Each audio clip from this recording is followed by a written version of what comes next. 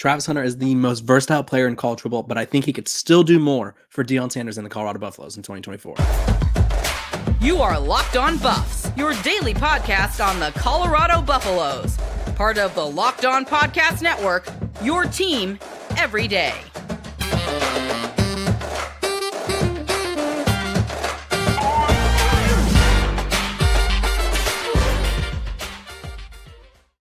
Welcome to Locked On Buffs. I am your host, Kevin Bohr, but today's episode is brought to you by LinkedIn. These days, every new potential hire can feel like a high-stakes wager for your small business. That's why LinkedIn Jobs helps find the right people for your team faster and for free. Post your job for free at linkedin.com/lockedoncollege. Terms and conditions apply. We're also brought to you by the Locked On Podcast Network.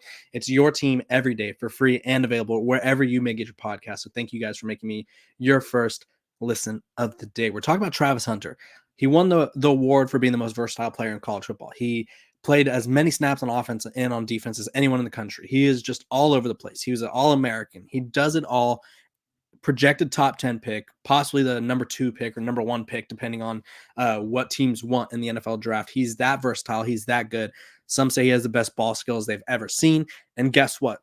I still think we haven't seen the peak of Travis Hunter. Realistically, Colorado's roster last season was not great. Travis Hunter and Shedeur Sanders were one of the few bright spots on the team, Shiloh Sanders as well. And the rest of the team, I won't say everyone else was bad, but the rest of the team wasn't as good as they needed to be in order to contend for a bowl game, in order to contend in the Pac-12, in order to contend just from week to week. With Travis, he's so good that they needed him to be their best receiver and their best defensive player.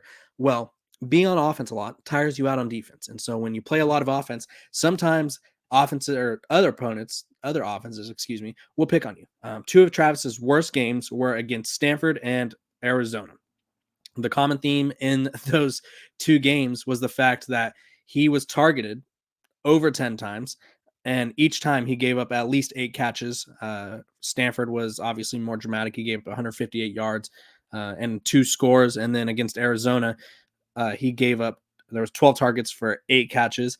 And then the only time he was targeted 9 or more times and didn't really give up much was against TCU. And obviously that was kind of like his breakout game. He had a diving interception. He was just making plays all over the field.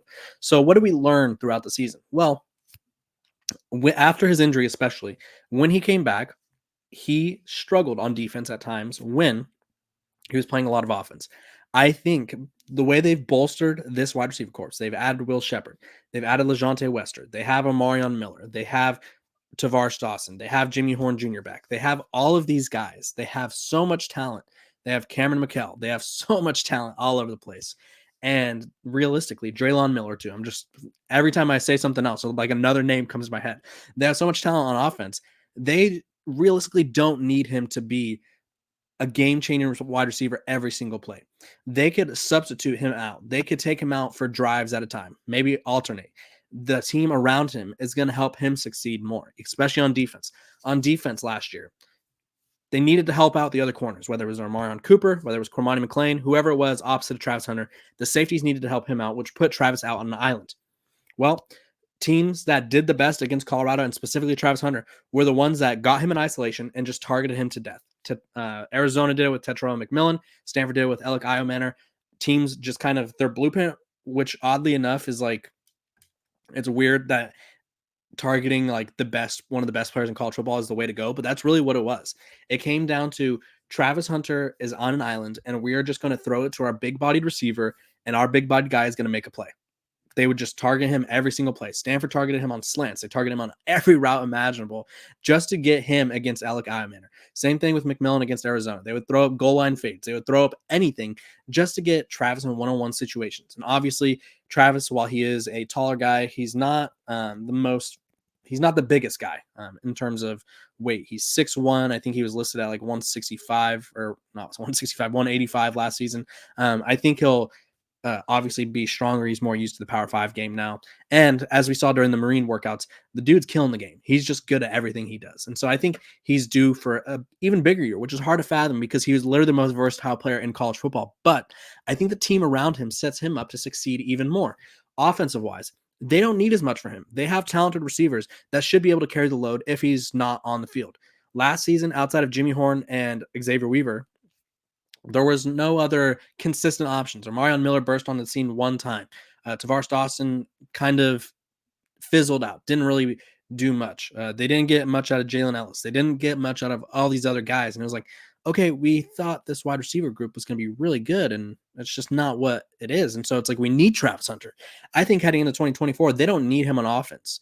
It's not to say they shouldn't use him, because I think anytime you have one of the best wide receivers in college football, and even though he's not really a wide receiver, part-time wide receiver, we'll call him, even though you have him, you shouldn't have to use him all the time. And so I think by having more weapons, they have Shimon Mateer at tight end. They have more weapons for Shedeur to get accustomed to. They have more weapons for him to utilize. And I think that will help Travis rest, which then helps him on defense. And even if he has to rest on defense or not rest, whatever it may be, Cormon McClain's due for a big year. They brought in DJ McKinney from Oklahoma State. They brought in Preston Hodge from Liberty. They have more experience all over the place. They have more talent all over the place. So even though I think Travis Hunter could take another step, just because I'm confident that he's working on his craft and getting better, I think the team around him will help him succeed even more and help him break out even more. Teams are going to target him. Teams are going to go after him. They want to test him. We saw it with Chandler Morris at TCU week 1. Chandler Morris was set on testing Travis Hunter. They wanted to throw the ball his direction. Now, obviously, it didn't work out for him, but other teams showcased that in certain looks and certain routes and certain looks against Travis Hunter, it would work out.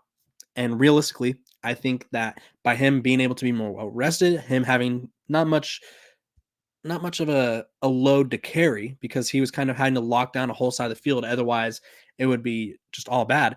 I think Travis Hunter is poised for a breakout year, which feels even crazier because he had a huge year last season. But I think we didn't even see maximum Travis Hunter. I think we could see even more out of him. Obviously, the injury derailed him a little bit. And obviously, teams kind of keying in on him hurt as well. But I think we got more to see from Travis Hunter, which is a scary thought, because I already think he's a top 10 talent. And I think we're going to see more from him.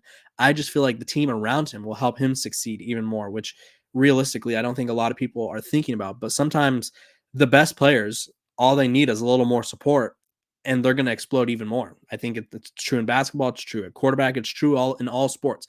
When you have more support for your star players, they will perform even better. So look out for a Travis Hunter breakout year. I think we're going to see an even better level of Travis Hunter, which would be quite literally insane considering the numbers he put up last season. This episode of Locked On Buffs is brought to you by our sponsors over at LinkedIn. When you're hiring for your small business, you want to find quality professionals that are right for the role. That's why you have to check out LinkedIn Jobs. LinkedIn Jobs has the tools to find the right professionals for your team faster and for free. LinkedIn isn't just another job board. It has a vast network of more than 1 billion professionals, which makes it the best place to hire. It gives you access to professionals you can't find anywhere else. LinkedIn does all that while making the process easy and intuitive. Hiring is easy when you have that many quality candidates. So easy, in fact, that 86% of small businesses get a qualified candidate within 24 hours. LinkedIn knows that small businesses are wearing so many hats and might not have the time or resources to hire. LinkedIn is constantly finding ways to make the process easier. They even just launched a feature that helps you write the job descriptions, making the process even easier and quicker. 2.5 million small businesses are using LinkedIn for hiring. Post your job for free at linkedin.com/lockedoncollege. That's linkedin.com/lockedoncollege to post your job for free. Terms and conditions apply. Oh, the recruiting world. What a place it is. In a recent article, a recruit anonymously said that Deion Sanders, Coach Prime, was cocky. And I think a lot of people were jumping in on that, and they were like, yeah, he's cocky. And I think it comes down to two things. One, can Deion Sanders be cocky? I think realistically, it depends how you view him. I view Deion Sanders as a confident person. I don't think he's ever said something that he doesn't think he could back up, and hasn't at least shown signs of being able to back up. I think the boldest thing that he's seen or said in his coaching tenure, at least, I don't want to go back to like his playing days because I don't remember all those things. I was quite literally not born or a young child, but the boldest thing he said is, we want to make it to the playoff, or we can make it to the playoff. And I think a lot of people hold that against him because they're like, oh, your team went 4-8. Realistically, if Colorado wins the Big 12, they're in the playoff. So if they're contending for the Big 12, they're contending for the playoff in a sense. So I see why he's saying that. Also, no coach is going to be like, you know what? I really think 5 wins is like going to be a good year for us. I would really love to get to 6. Like, that'd be awesome. That's not Coach Prime. That'll never be Coach Prime. He's raised with confidence. He's raised with the belief in himself, and he believes in his players. He believes in his coaches. He believes in everyone. So the recruit said that he's cocky, and I think a lot of people were like, "Yeah, obviously he's cocky. He's the cockiest guy in college football." And I realistically think it comes down to how you view Coach Prime. I think those who view him as cocky are the ones that probably aren't lining up and really thrilled with the attention that he's getting. And I think the ones that view him as confident are the ones that kind of understand what he's doing from a marketing perspective, from a kind of recruiting perspective, in a way, transfer portal, more so a transfer portal recruiting perspective. He's bringing attention to a program that was the most irrelevant program in college football just 2 years ago. He's bringing attention to his players that otherwise may not have the platform that they would have. Not many players are featured in documentaries. Not many players are featured in behind the scenes content every single day, where it's like we get to see them in their raw, sort of just like in their element. We don't get to see that from other players. We don't get to see that other programs unless they have behind the scenes TV shows that I'm unaware of. I know I think it was Washington State or Oklahoma. I think Oklahoma for sure had a behind the scenes TV show. Maybe Washington State a few years ago as well. But either way, Coach Prime is doing things differently. So I can understand that he's not everybody's cup of tea, because realistically, he has a strong personality. He's not going to back down from a challenge, and he's going to bring attention to himself and his program. And I think that's by design. I think he knows the more eyes on his program, more money that people will spend on Colorado merch, more money that TV companies will be willing to spend to televise their games, to get them on national television. Excuse me. And it shows recruits and transfers, mostly transfers at the moment, that if you come to Colorado, you will have a chance to kind of be at the pinnacle of college football, even if we're not competing with the Georgias of the world. And I don't think I think people kind of take that for granted. Realistically, every season in college football, there are Bud Elliott always does this at 24/7 Sports, and I love it. It's my favorite, kind of my favorite metric, because I think every year analysts across college football try to bait you with, like, who could win the championship this year? Like Oregon State last year. Oregon State was that team where it's like, who could sneak in there and win the championship? Oregon State. Or who could sneak in there and win the championship? Texas Tech. Or you throw out not a random school, but like a program that's not a traditional power. And it's not to say that traditional powers can't win the championship, because they can. It just takes heavy recruiting. And Bud Elliott always does the blue chip ratio, which tells you which teams have enough blue chip talent, which is 4 and 5 stars, to win a championship. Because every year since I think it's 2011, the team that has won the title has had at least 50-ish% of their roster. Well, 50% of the roster, excuse me, didn't finish that thought. 50% of the roster be made up of 4 or 5 star players. Not everyone's doing that, so obviously I understand that there's got to be optimism, but Coach Prime is trying to defy that. He's trying to break that, but I also think eventually he's going to have to recruit even more, the high school level even more than he already is, because obviously bringing in 6 recruits at a time isn't going to be sustainable. But bringing in tons of attention, bringing in tons of popularity, bringing in tons of buzz and hype, that is sustainable. Because if you could generate that success, if you could generate that attention, because many programs struggle to get eyes on their program if they're not contending. If you could do that while having, say, Colorado wins 8 games and they're like still the most watched team in college football, that's insane. Imagine the attention they'll get if they were to contend for a college football playoff, if they were to contend for a national title. So I understand why some people could view him as cocky, but I do think it's more so a tool to bring attention to his program, because attention drives interest from recruits, attention drives interest from NIL people, and attention drives interest from the TV companies who want to televise your games. And recruits, players, transfer portal players, they all want to play on TV. They all want to get NIL deals, and they all want to play in the NFL. Coach Prime has put together a staff that can help players get to the NFL. He's put together a sort of a method that will get you on TV, and he's put together a method that will get you NIL deals if you ball out. You're not going to get paid to go to Colorado, but you will get paid when you go to Colorado.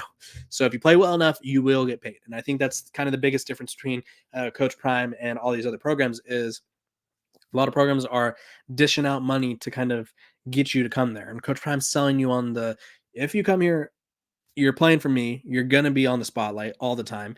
And you play well, people are going to want to give you deals. I think it's a simple equation that he's kind of worked to perfection. And realistically, what I'm going to talk about next, which is LeBron James wearing his darn shoe at the All-Star game, is just another instance of how Coach Prime has an advantage over a lot of people in college football. And not many are willing to admit it, but he does.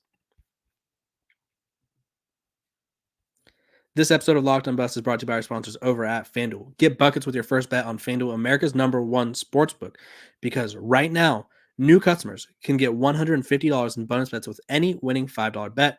That's $150 if your bet wins. Bet on all your favorite NBA players and teams with quick bets, live same-game parlays, exclusive props, and more.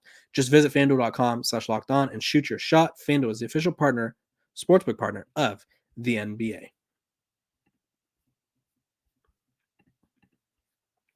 Welcome back to Locked On Busts. I appreciate you guys for tuning in, making me your first listen of the day. We're free and available wherever you get your podcasts. So make sure to like, subscribe, follow. Give me those 5 stars. We're talking about LeBron James. And realistically, we're not going to be talking about the NBA All-Star game because I think it's a complete waste of time and the players do not care. I think the winner of the All-Star game should get home court advantage in the NBA Finals. And I think the players should all get $1 million if they're on the winning team. You want people to care? Offer the money. I think that's the way to do it. They cared about the play-in tournament. And I think there's a lot of issues with the NBA's All-Star game. It's a literal joke. They score like 200 points, and I think it's half effort at best. But one thing that I did take away from the All-Star game, not to start to go on that rant, but was LeBron James was wearing Deion Sanders' shoe. And I think a lot of people probably like that. Why is that a big deal? But that is the biggest deal because, again, Deion Sanders is not working with a conventional NIL backing at Colorado. I think the fans and his friend, not like his friends, but like I think he will generate enough support from fans to kind of get some NIL deals going in their collectives. But a lot of these guys are getting NIL deals independently. Like Travis Hunter is getting cars, Shador Sanders with Louis Vuitton and Shiloh Sanders. These are all kind of independent based. Like you're not going to be getting $1 million from, I don't know, Boulder's Best Collective or whatever. You know what I'm saying? Like there is no Austin Collective, like the Texas one or whatever. I don't know their names. I really don't. But the Gator Collective that was out here dishing out allegedly $13 million, which obviously didn't work out. But he doesn't have a typical or high level NIL collective backing him. He doesn't have the privilege of being at a program that is a power in college football. Now, Colorado was at once a power in college football, but they are no longer a power in college football. They are working their way back. Programs like Miami, Texas, even who else? USC, all working their way back. They were all had more success in Colorado. So don't even come at me with Colorado is once a power. They were once a force in Colorado. We'll call them that, but they are working towards that again. And so he doesn't have that traditional success to work with, and he's not in a state where recruits are just flooding the gates with talent. Like he's not in California, he's not in Texas, he's not in Florida, he's not in Georgia, Mississippi, whatever it may be. He is not in one of those recruit heavy states. So he has to play every angle imaginable to draw attention to his program. He has to play every angle imaginable to get people interested in Colorado in order to get them to Colorado.